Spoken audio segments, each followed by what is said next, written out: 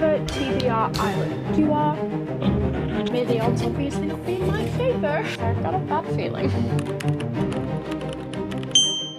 Hi, welcome back to my channel. My name is Hannah and I'm really excited to do this. If you don't know what Survivor TBR Island is, Meg over on TikTok, she created this challenge, like fun way to read some books on her TBR, and she gets a little bit of choice and also fate intervenes, and it's just wonderful. It's so fun to watch.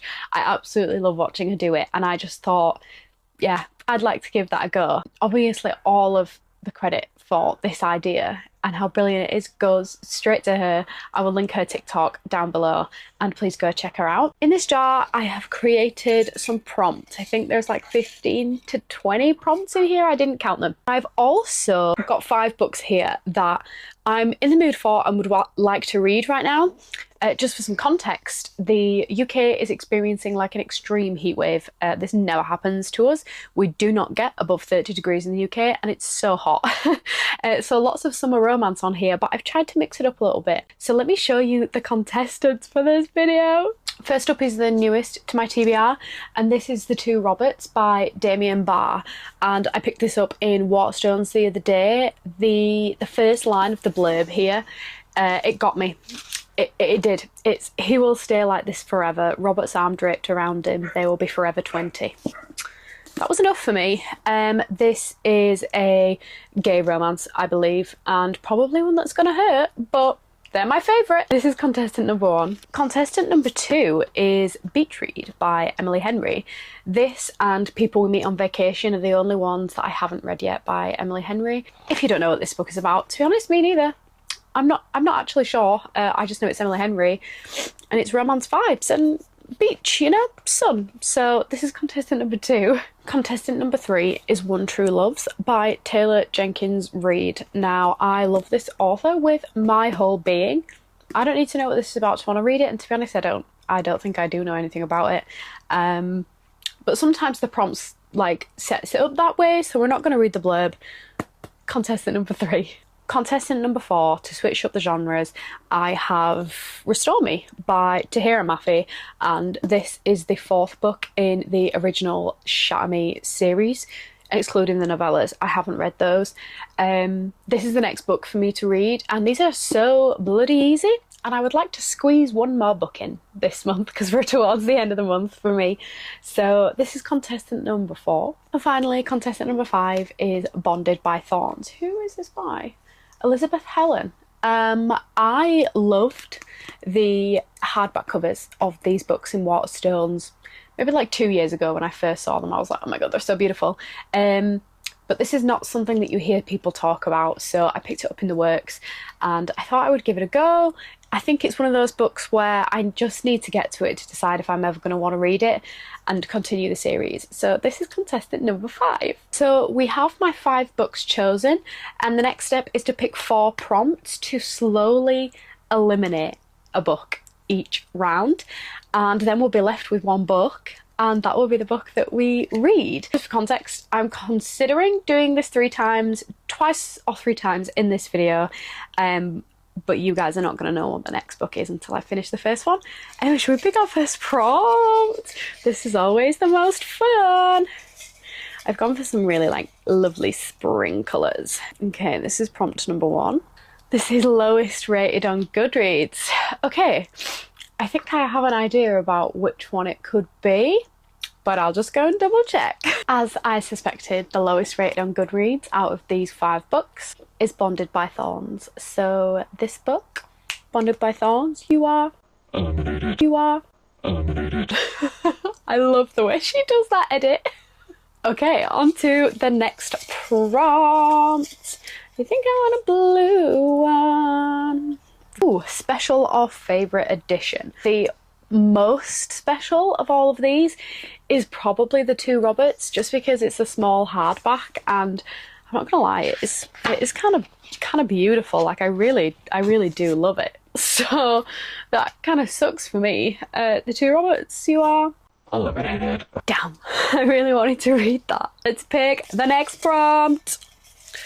I think I want the green one. Lowest page count. So, One True Loves is 327. Beach Read is 358. And Restore Me, 435. What the hell? Oh, that's really upsetting. That means that One True Loves by Taylor Jenkins Reid, you are eliminated. We have one final prompt. One final prompt. I've closed my eyes for this one. Okay, it's yellow. Would take me the longest to finish. Oh, well, we've just done the page counts. So that would be Restore Me, right? Okay.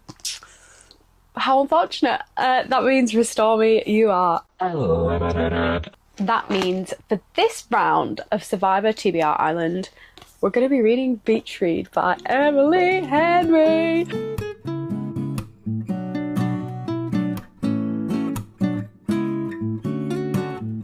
You are precariously balanced right now, so hopefully we don't have any accidents. But Beach Read by Emily Henry, I've read it. I've done it. Just like that. It was kind of a quick one. I'm not gonna lie, I found it really easy to read, which is good. But I think it's quite forgettable. Like, I don't think it's something that I'm gonna sit on for very long. And I thought the same about Book Lovers, and I didn't enjoy Funny Story, but I absolutely loved Great Big Beautiful Life.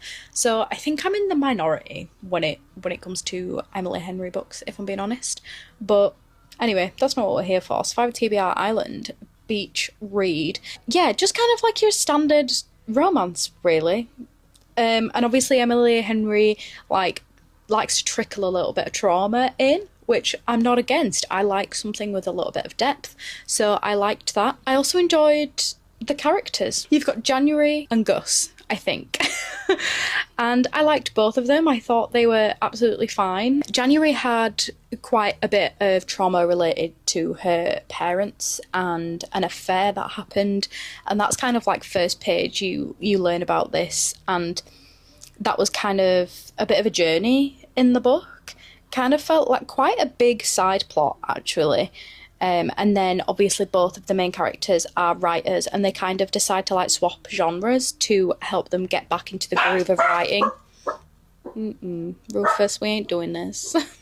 And that's what they do. I just found it easy. Nothing too crazy, wasn't obsessed with it, don't love it, but it was fine. And as Emily Henry books go, I would say it's probably similar to Book Lovers. Like, I thought it was quite good. I enjoy the depth that Emily Henry goes into with like family dynamics and healing relationships and trying to get through things like that. I do like that she does that. So Beach Read is done. At some point I need to pick what I'm going to read next. I say at some point, you're going to see that in 3 seconds. So it's time to pick the next book that I'm going to read, and I've switched them up. Episode 1, Round 2 of Survivor TBR Island. So we have A Fire in the Sky. This is by Sophie Jordan. I have never heard anybody speak about this. I think it is YA fantasy, and I'm assuming it has something to do with dragons because there's one on the cover. So that is contender number 1. Next up we have Collide by Balcabra. I kind of just want to get this off the TBR, to be honest, and some of these books I'm like, shall I just try read them to see if they're a DNF, to see if they're not for me, get them off.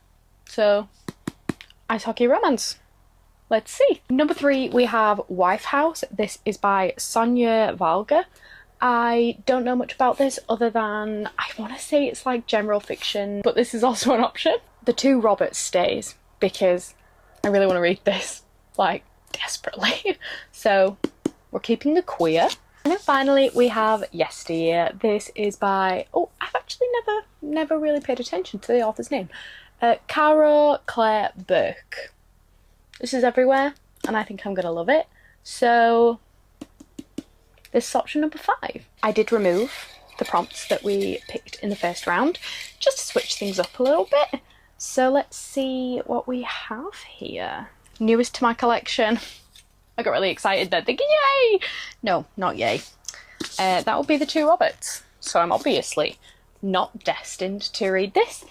The Two Roberts, you are eliminated. May the odds obviously not be in my favour. Next up, oh, we've got another yellow one. Does that say smallest font, tiniest font? Yes, it does. Let me have a little look. It's actually a fire in the sky, and that is surprising to me, but I'll just show you it. So this is a fire in the sky. This is Collide. I thought potentially it could have been this one, but no. Lifehouse is quite big, and Yesteryear is a hardback, which tends to be bigger. So yeah, that means A Fire in the Sky, you are eliminated. We've got 3 books left, so 2 more prompts to choose. Oh, let's go for this green one. Oldest in my collection publication. I think it's going to be Collide, but I will just double check. So Lifehouse is 26. Yesteryear is also 26, I believe. Yep. Collide is at least 25. 23, 24. That means Collide, you are eliminated. Final prompt. I'm gonna go for one of these spotty blue ones, but I don't want to be able to see it. Least interesting rec quote. Lifehouse says, a seductive work with stories that seem too good to be invented. Oh, these are about Lion though, so does that count? So Lifehouse has quite a lot. Let's just read the top ones. It says, Sonia Varga brings together the quiet outer worlds of her characters and the explosive passions of their inner lives with the indelible beauty, richness and precision. Lifehouse reads like a storm in a soundproof room. I absolutely loved it. That's quite good, isn't it? This one says, intelligent, incisive, insanely readable, howling piece of feminist rage, absolutely unhinged when I tell you that ending is off the rails, I'm telling you the ending is off the rails. This one's really hard. So the prompt says, least interesting quotes. I think the praise for this one is way better. So I think that means that Yesteryear is eliminated. Okay, we have our next book of the video, a wonderful floppy American paperback. We're going to be reading Lifehouse by Sonia Varga. I'm just over halfway through the book right now, and you would think that more had happened, or maybe that just things would have happened quicker, but that's not quite the case. So in this book we have Annie, who is a mother to 2 kids, and she has a husband called Hector.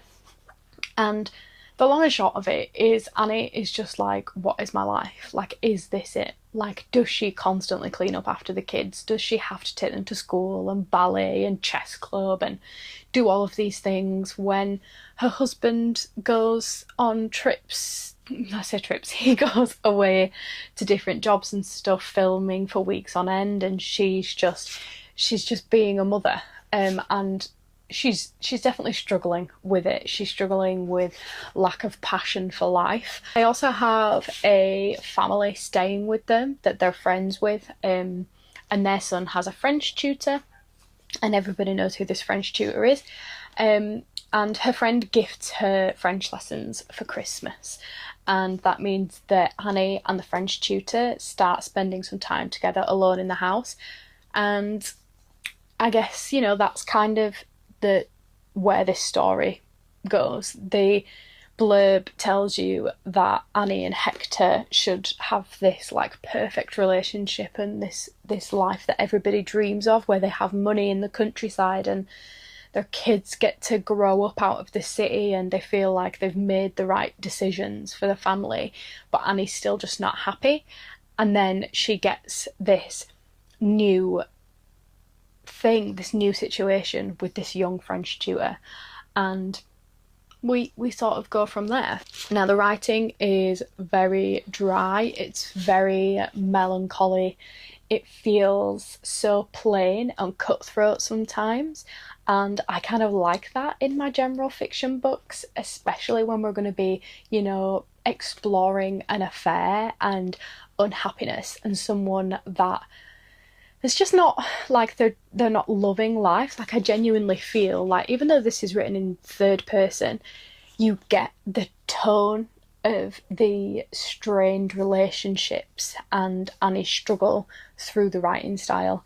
And that's something that I am really liking about it. But I think we got to about 45% and the French tutor became part of Annie's life. So it's slow. And I think the book is split up into book one, book two, and I'm assuming there's going to be a book three section. And I'm intrigued to get there. I think I'm going to read as much as I can tonight because I've been listening to a lot of it on audio, but I think it's much easier to be engaged and feel the book when I physically read it. So that's the plan for this evening. And I just want to see where this is going to go because I've got a bad feeling.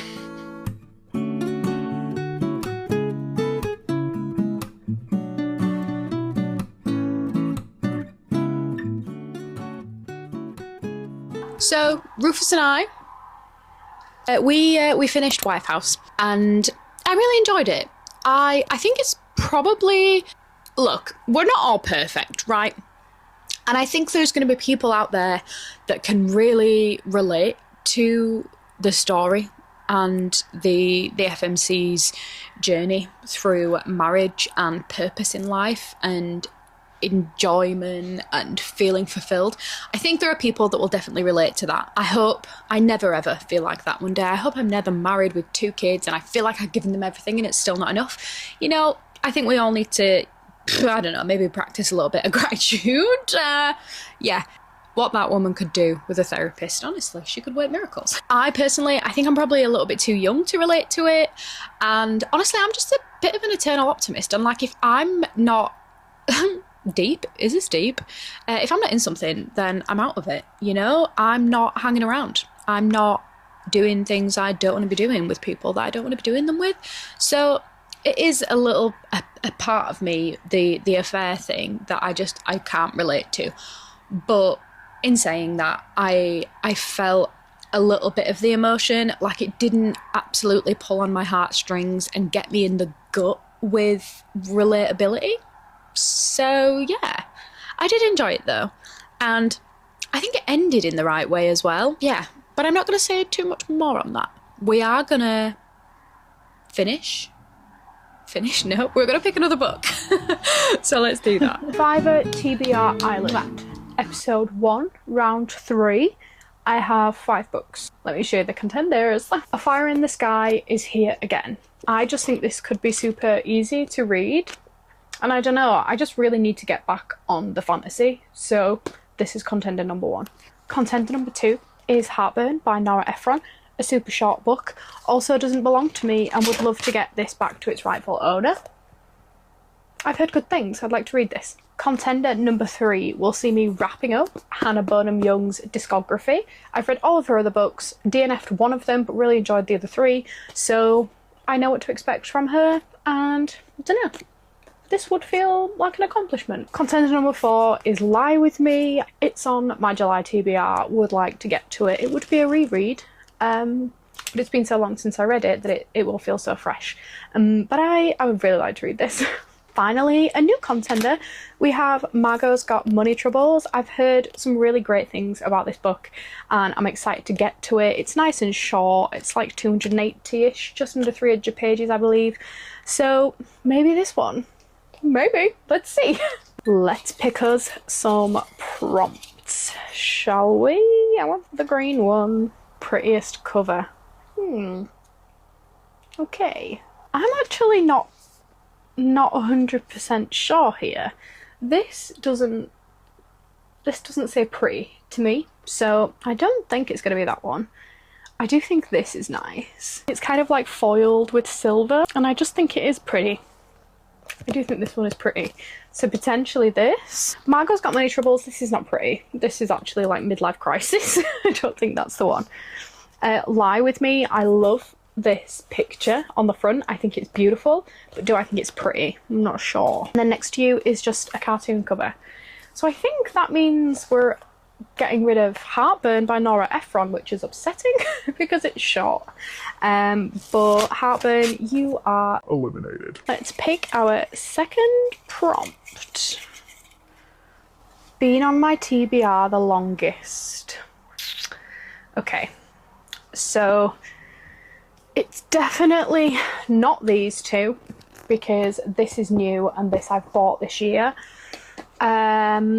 Next to You I bought last year, but Lie With Me would be a reread from like 4 years ago. So that means that Lie With Me, you are eliminated. You honestly always, like, you get a really good prompt and you're like, yay, and then you're like, oh no, wait, that means I have to get rid of it. What does this one say? Published most recently. Okay. I think it's going to be Margot's Got Money Troubles, but I will just double check. Fire in the Sky was published in 2024. Next to You, 2024 as well. Margot's Got Money Troubles. You were published, in 2024.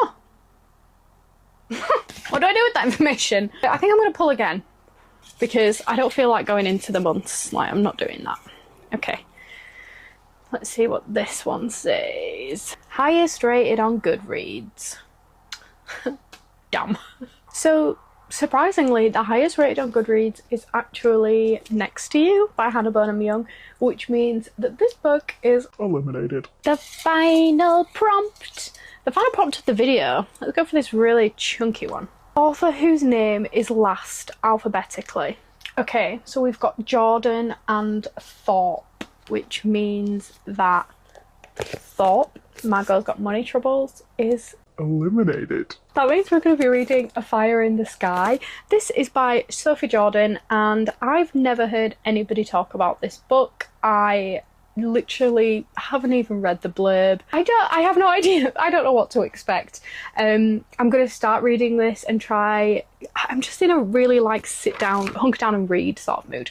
So I'm going to read as much as I can of this, and I'll come back to you with some initial thoughts. I have read approximately 31 pages. It's not approximate, to be exact. I've read 31 pages and it's a DNF. Yeah, I'm not dwelling on it. I'm not into it. I don't like the writing style. I don't like the fact that she is utterly obsessed with the enemy 13 pages in. That just doesn't do it for me. And I just can't see why, in this day and age, anyone would write that into their romantasy story. Because, like, is there anyone out there that loves insta-love? I'm not sure there is. I won't be partaking in that silliness, to be honest, when I have so many fantasy and romantasy series, not only that I have started reading, but that I would like to start as well, and I'm not wasting my time with this one. So you are 100% eliminated because, yeah, that's just not the vibe for me. I will tell you a little bit about the book just in case you are interested. I'm not 100% on the family tree here, but we have like royalty within this kingdom, and they are protected at the border by this separate group of people, this army, a load of brutes. They are seen as people that are so violent and murderous that, you know, stay away, they're dangerous people. So in the royal house, we have, I think, 4 daughters and the king. And one of the daughters, which is the female main character that we follow, Tamsin, for some reason, whatever reason, I'm getting the vibe that she was potentially adopted into the family, or I don't know, maybe she was married out of wedlock. I'm not sure. Married out of wedlock? You know what I'm saying. Yeah, she's kind of like the outcast of the sisters, and she's like watching the brutes of the borders that protect them. She's watching them come in and sort of, I'm not really sure what they're visiting for. I think it's just routine, really, just to like give the king an update on what's going on. But Mr. what the hell's his name? Fell comes in, who is our MMC, and he's like, I'm not doing this for nothing anymore. I want to marry one of your daughters. So I think we can see where this is going. And that's pretty much all I know. But to have that in like the first 30 pages, plus a hell of a lot of yearning, insta-lust, and just just too much on the FMC side. Yeah, I'm not about it. I also didn't like how some of the MMC's friends and acquaintances were talking about women like they were stuck up and no use and were meant to be in the house, and I'm not staying for it. I don't even need people to be joking about that in their books, like, don't piss me off. We're DNFing. Oh, see you later, bookmark. We're DNFing A Fire in the Sky, and I feel absolutely fine about it, to be honest, because I've actually just read a different fantasy book that I absolutely loved. So even though this wasn't my, the door back into fantasy for me, I think I've scratched that itch with something else. So love that from me. Thank you so much for watching. I can't believe it was in this video that we read Beach Read, because that feels like so long ago. But yeah, we obviously read Beach Read by Emily Henry. We read Wife House by Sonia Valga, which was wonderful. And we tried to read A Fire in the Sky, but that just didn't quite work out. If you like this video, please don't forget to like, subscribe, and maybe comment if you'll be trying Survivor TBR Island for a bit of fun. Of course, big shout out and credit to Megs for the idea for this video. It is truly so fun and genius, and thank you so much. Thank you for watching, and I'll see you in my next one. Bye.